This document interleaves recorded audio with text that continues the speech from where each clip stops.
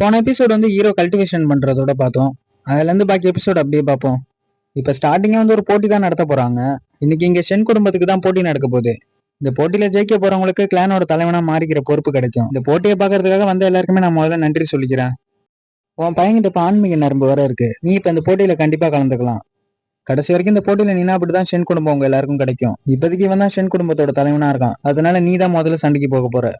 போட்டியுமே இப்ப ஆரம்பிச்சுட்டு யாரு தலைவனாக போறான்ற போட்டியுமே அங்க பயங்கரமா நடக்குது. இவரோட அப்பாமே அங்க நறுக்குன்னு சண்டை போட்டுக்கிட்டு இருக்காரு. உங்க அப்பா கிட்ட அவன் கண்டிப்பா தோத்து போயிடுவான். ஏன்னா அவனோட லெவல் ரொம்ப கம்மியா இருக்கு. இதே மாதிரி தொடர்ந்து சண்டை போறது ரொம்ப கஷ்டம் தான். ஆனா அவங்க அப்பாவுக்கு அவனோட அட்டாக்க ஹீரோட அப்பாவுமே அசால்ட்டை தடுத்துட்டாரு. அவனை போட்டு ஹீரோட அப்பா பொழந்து எடுத்துக்கிட்டு இருக்காரு. இவன் தான் அங்க பயங்கரமா அடி வாங்கிக்கிட்டு இருக்கான். இவனுமே அவனுக்கு ஏதோ சிக்னலை தரான். அவன் ஏதோ ஒரு டோக்கன் அங்க தூக்கி போடுறான். போட்டியை பற்றி நிப்பாட்டுங்கடா. அங்க ஹீரோட அப்பாவுக்குமே அதனால பயங்கரமான காயங்கள் ஏற்பட்டுட்டு எல்லாருமே ஹீரோட அப்பாக்கு என்னாச்சுன்னு தான் பார்க்க வராங்க. எவ்வளவு தைரியம் தான் நீ இந்த மாதிரி பண்ணுவ? நீ எவ்வளவு தைரியம் தான் இந்த குடும்ப போட்டியில போய் டீமன் சக்தியை பயன்படுத்தி இருப்ப? தியான் தேவையில்லாம என் மேல பழி போட்டுக்கிட்டு இருக்காத. அவன் டீமன் சக்தியை பயன்படுத்தினா அதுக்கு நான் என்ன பண்றது? நீங்க 2 பேரும் சேர்ந்து பிளான் போட்டு பண்ணிதான் நாங்க என்ன பண்றது? யாரும் தேவையில்லாம சண்டை போட்டுக்கிட்டு இருக்காதீங்க. நானே இந்த விஷயத்த பாத்துக்கிறேன். இந்த போட்டியில டீமன் சக்தியை பயன்படுத்தினால இதுல தியான் தான் இந்த போட்டியில ஜெயிச்சான். நீ எதுவும் கவலைப்படாத. நான் தான் இன்னைக்கு கிளானோட தலைவனா மாற போறேன். குடும்பத்தோட சட்டம்படி இவன் பண்ண தப்புக்கு நானும் இவனோட ஆன்மீக நரம்பு அழிச்சிட்டேன். இந்த துரோகியை நானும் குடும்பத்தை விட்டு வெளில அனுப்புறேன். அவனுக்கான தண்டனை நான் கொடுத்துட்டேன். நம்ம இப்ப போட்டி ஆரம்பிப்போம். ஹீரோட அப்பாவுமே அந்த போட்டிக்கு ஒத்துக்கிட்டாரு. திருப்பியுமே போட்டி ஆரம்பிக்க போறாங்க. ஹீரோ அப்பாவனால அங்க சுத்தமா அவரோட சக்தியை அங்க பயன்படுத்தவே முடியல. பட்டுன்னு அவருமே அந்த இடத்துல கீழே விழுந்துட்டாரு ஒண்ணும் முடியாம. அப்பாவுக்கு என்ன ஆச்சுன்னு ஹீரோவுமே வேகமா ஓடி போய் பாக்குறான்.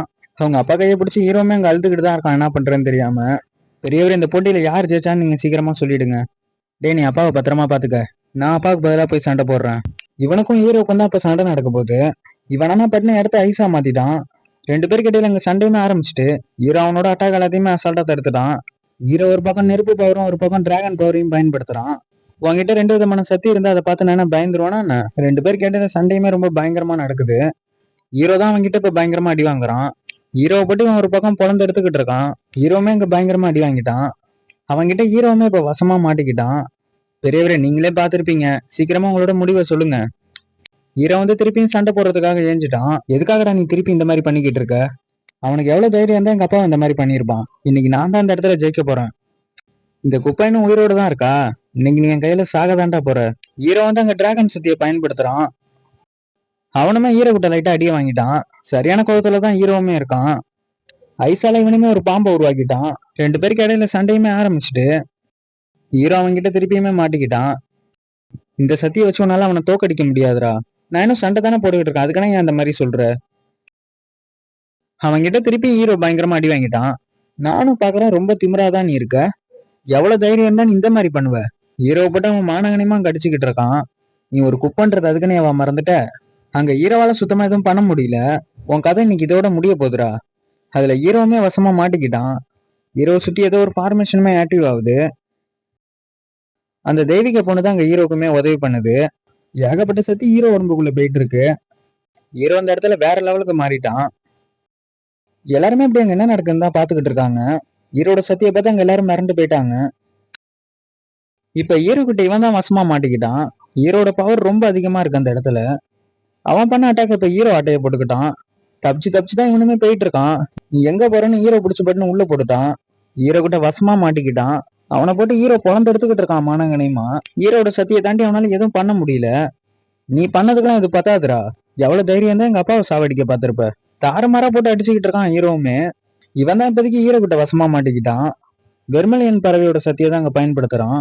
அந்த பவர்ஃபுல்லான அட்டாக்ல அவனுமே வசமா மாட்டிக்கிட்டான். ஹீரோவுமே அதுக்கடுத்து மயக்கம் போட்டு விழுந்துட்டான். அவன் பையனுக்கு அந்த ஆன்மீக நரம்பு வராம இருந்திருந்தா இந்நேரத்துக்கு அவன் குடும்பம் எனக்கு கீழே இருந்திருக்கும். நாளைக்கு ராணி வேற வராங்க. உன் பொண்ணை மறக்காம நீ அழைச்சிட்டு வா. ஹீரோட அப்பாவுமே இப்ப நல்லா தான் இருக்காரு. ஹீரோவுமே நல்லா தான் இருக்கான்.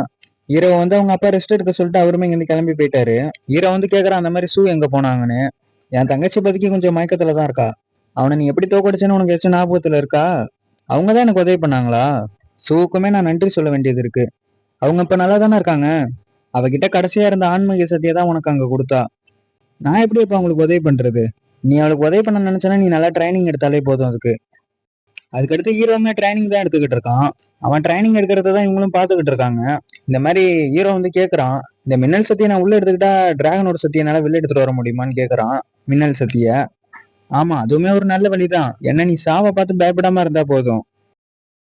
மின்னல் சத்தி அவனால முடிஞ்ச அளவுக்கு அவனுமே உள்வாங்குறான். அவன் கஷ்டப்பட்டு ட்ரைனிங் எடுக்கிறத பாயுவுமே பாக்குறாங்க. ஹீரோவுமே அந்த மின்னலை வந்து ரொம்ப நேரமா உள்வாங்கிட்டு இருக்கான்.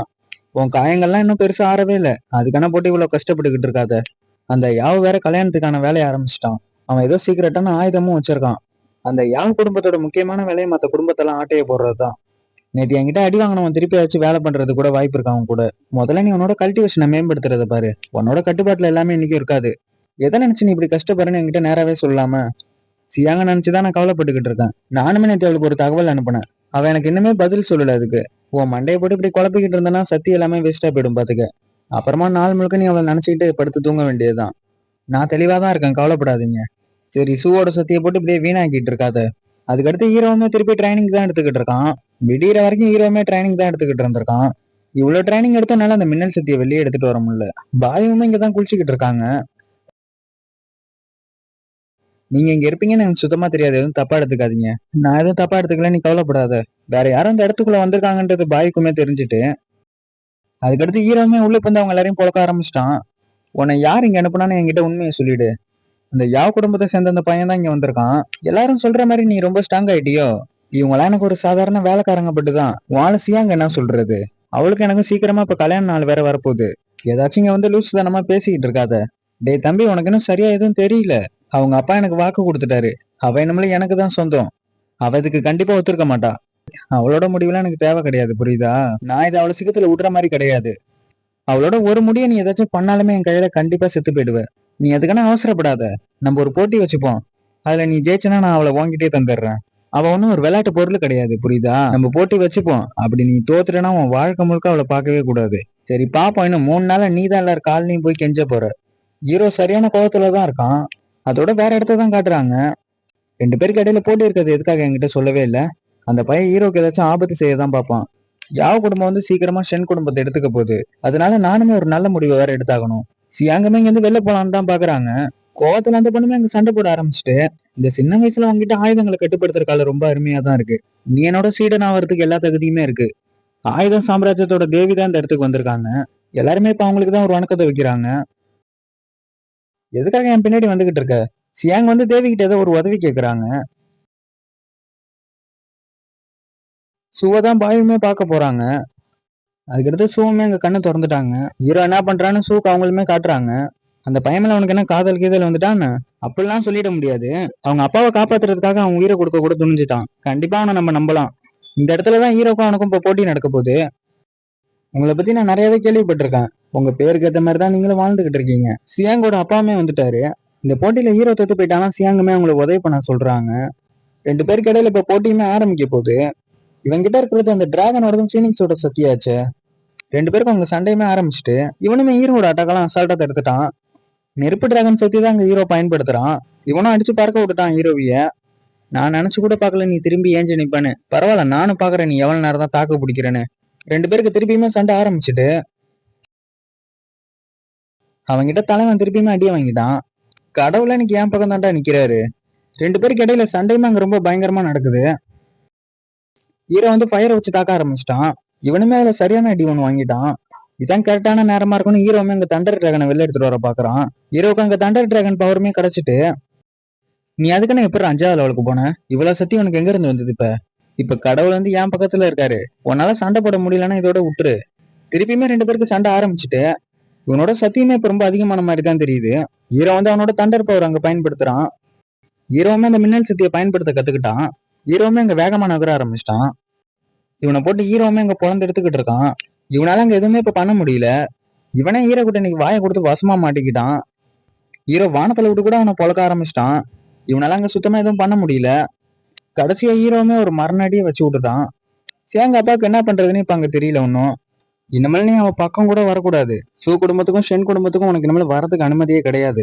ஹீரோவுமே பண்ணு மயக்கம் போட்டு விழுந்துட்டான்.